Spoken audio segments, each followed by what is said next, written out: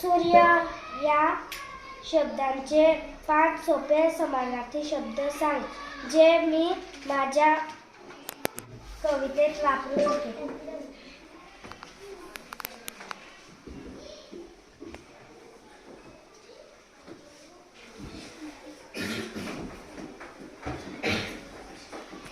तुमच्या कवितेसाठी सूर्य या शब्दाचे 5 अतिशय सोपे आणि सुंदर समानार्थी शब्द खालीलप्रमाणे आहेत. रवी वजा हा शब्द लहान आणि यमक जुळवण्यासाठी सोपा आहे. 2.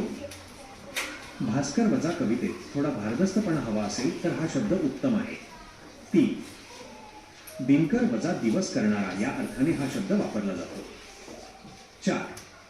सूरज वजा हा शब्द आपण बोलताना नेहमी वापरतो त्यामुळे तो वाचायला सहज वाटतो. 5.